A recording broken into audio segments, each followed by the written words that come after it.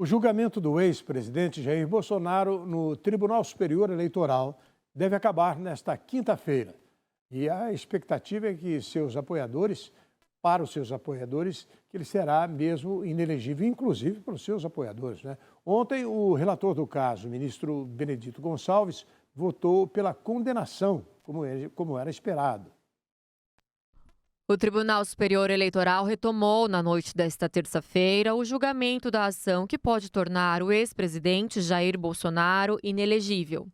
O ministro Benedito Gonçalves, relator e primeiro a votar, votou pela inegibilidade do ex-presidente e afirmou que não é possível fechar os olhos a discursos de ódio e mentiras. O voto de Gonçalves tem cerca de 300 páginas, mas ele decidiu ler um resumo. Ainda em sede preliminar, rejeita a preliminar de ilegitimidade passiva ad causam do segundo investigado e alegação de nulidade processual, bem como indefiro o requerimento de reabertura da instrução.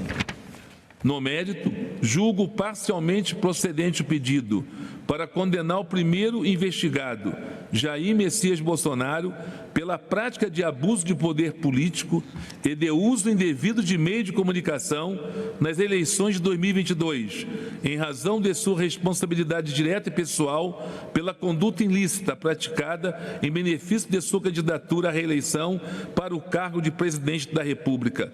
Declaro sua inelegibilidade por 8 anos seguintes ao pleito de 2022, desde aplicar a cassação do registro de candidatura dos investigados, exclusivamente em virtude de a chapa beneficiária das condutas abusivas não ter sido eleita, sem prejuízo de reconhecer-se os benefícios ilícitos auferidos por ambos os investigados. Os ministros do TSE avaliam que o candidato a vice-presidente na chapa de Jair Bolsonaro, o general Walter Braga Neto, saia ileso do julgamento da ação que pede a inelegibilidade da dupla. Há um consenso de que não há prova da participação de Braga Neto nos eventos considerados abuso de poder. Os demais ministros, caso não haja pedido de vista, votarão nesta quinta-feira na seguinte ordem: Raul Araújo, Floriano de Azevedo Marques, André Ramos Tavares, Carmen Lúcia, Cássio Nunes Marques e, por último, Alexandre de Moraes, presidente do TSE. O ministro Raul Araújo, do Tribunal Superior Eleitoral, pressionado por Jair Bolsonaro para pedir vista no julgamento, indica que deve votar na continuação da sessão nesta quinta-feira.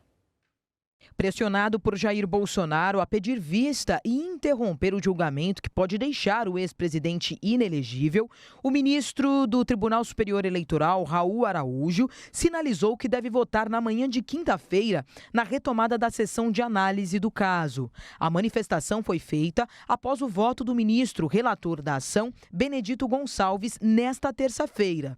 O presidente do tribunal, ministro Alexandre de Moraes, consultou Araújo se preferia se manifestar naquele momento ou na sessão de quinta-feira. Pondero, entretanto, eminente presidente, que em função do adiantado da hora, talvez na quinta-feira fosse mais adequado que continuássemos os nossos trabalhos e esse julgamento que já se faz até esta hora adiantada. A fala de Araújo foi vista como um sinal de que ele não deve pedir vista no caso de adiar o seu voto. Araújo também cumprimentou o relator Benedito Gonçalves pelo voto profundo com excelente exame acerca do caso.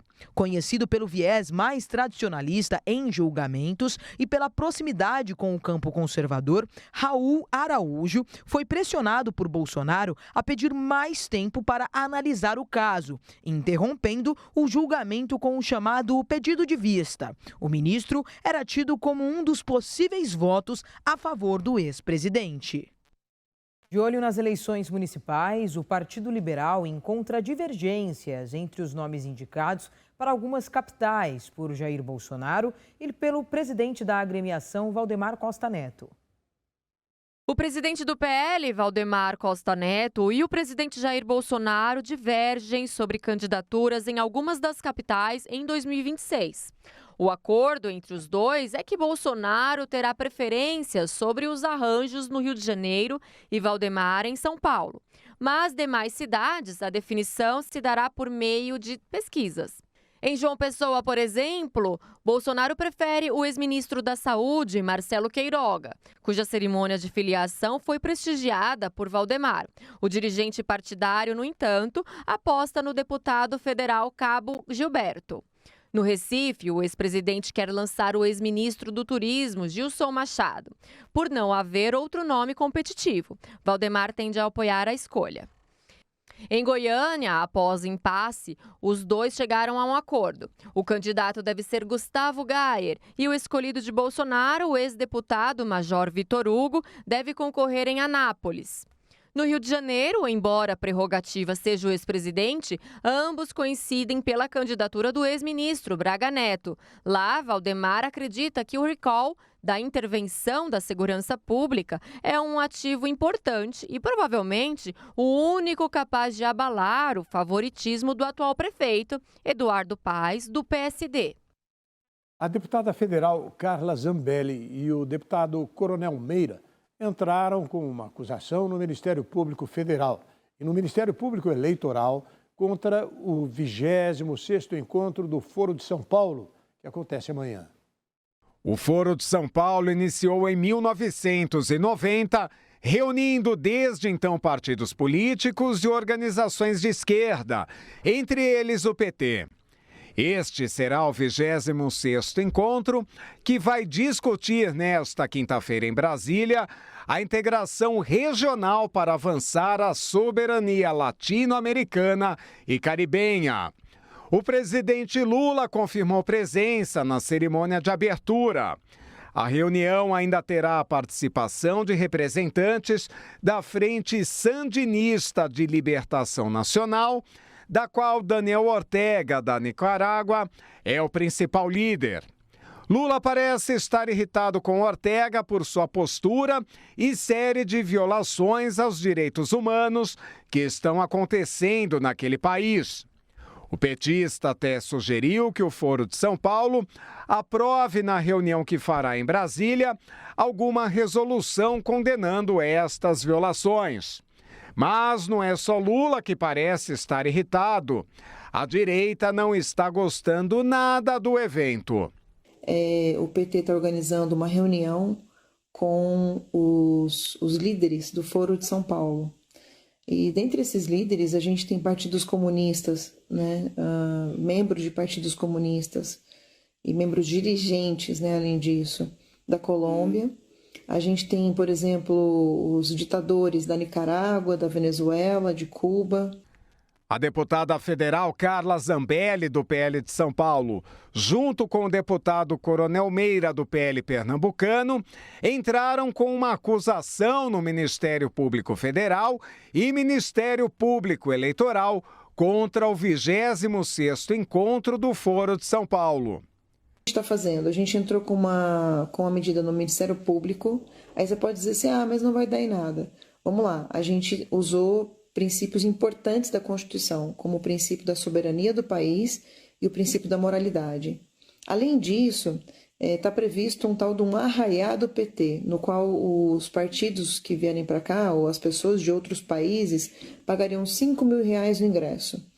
Existe a lei dos partidos que veda que partidos aqui no Brasil recebam qualquer tipo de recurso internacional. A deputada também acionou o MPE contra o arraiá do PT. A tradicional festa da roça acontecerá neste sábado. Zambelli ainda vai participar da versão de direita da reunião, o Foro do Brasil, liderado pelo candidato à presidência em 2022, Padre Kelmon, do PTB, que acontece no mesmo dia do Foro de São Paulo. Outros parlamentares bolsonaristas que devem comparecer são Magno Malta e Bia Kicis. Em instantes, Plano Safra da Agricultura Familiar destina mais de 70 bilhões de reais ao crédito rural. Ex-ministro da Saúde, Marcelo Queiroga, aponta prejuízos com fabricação de vacina contra a Covid-19 aqui no Brasil. Brasil News volta daqui a pouquinho com essas e outras informações. Até já.